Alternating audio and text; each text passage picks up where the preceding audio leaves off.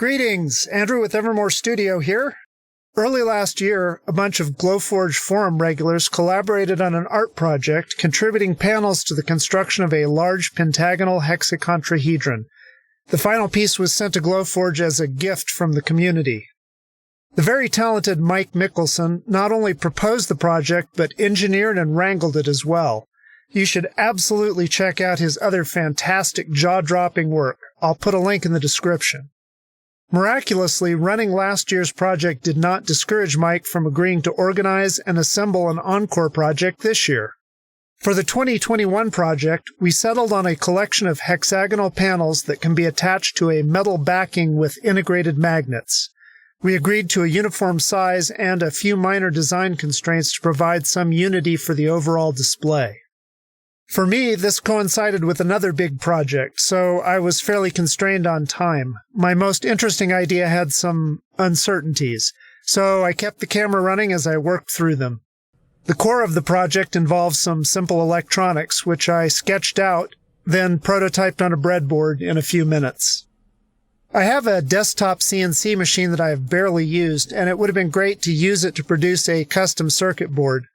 Between waiting on the delivery of the appropriate tooling and materials and learning to use KiCad, it felt like it was pushing the limits of my available time for this project, though. I resorted to using the copper foil tape I have used for paper electronics and some very thin clear acrylic cut on the laser.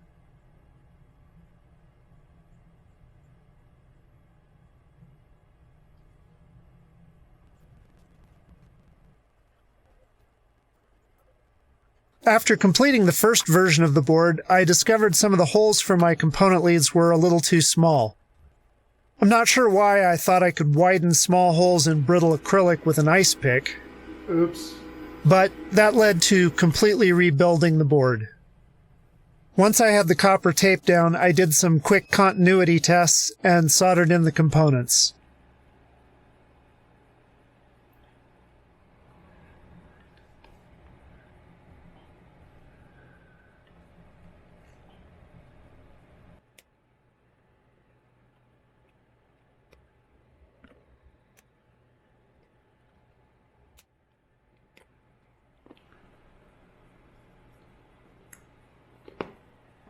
With an inch of total height available, I was concerned about getting the light from the LEDs diffused enough to look good. The faceplate made of LED translucent black acrylic provides some diffusion. I settled on 2 additional layers of thin diffusion film with some space between. I cut a gobo with the Glowforge logo from black cardstock. I affixed that to the inner side of the black acrylic faceplate with dry transfer adhesive.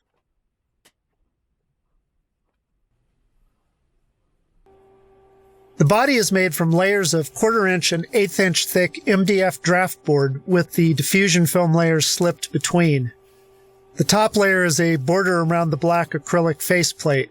Similarly, the bottom layer holds the back panel with the electronics attached.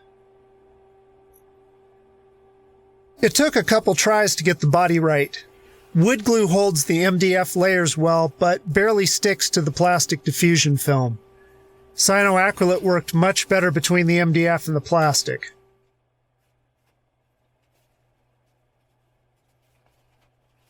Aligning the layers by hand and pushing the stack against straight pieces of wood turned out less accurate than I wanted.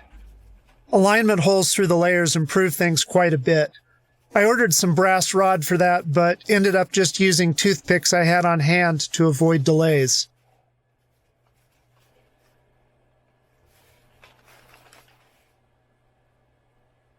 The bottom of the engraved pocket for the magnet seemed a little thin. I cut a piece of sheet metal and glued it to the interior side for reinforcement.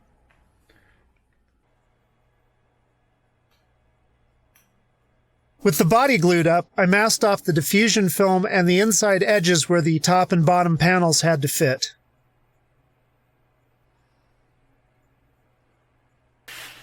I removed some char with a little quick sanding.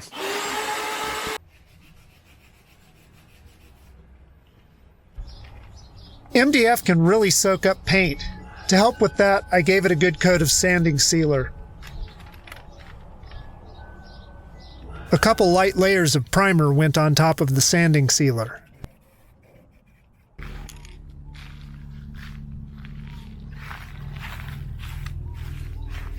After that was dry, I sprayed on several layers of flat black, then a layer of matte sealer.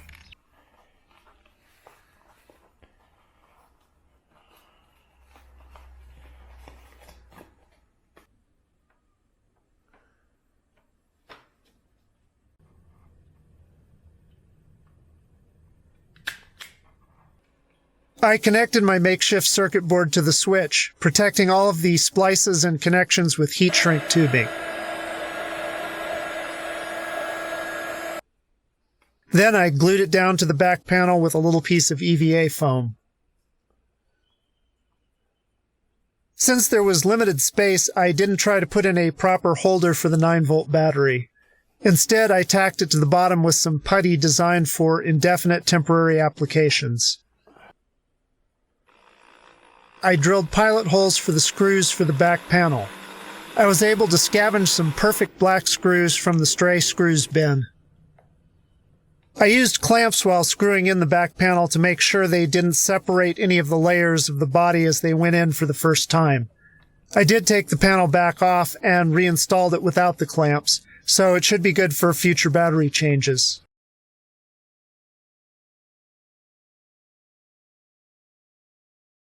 I really enjoy the slow shift of the colors.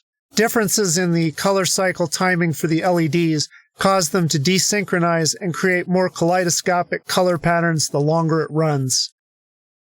This came out pretty close to what I envisioned. I hope the Glowforge team enjoys it and the overall project.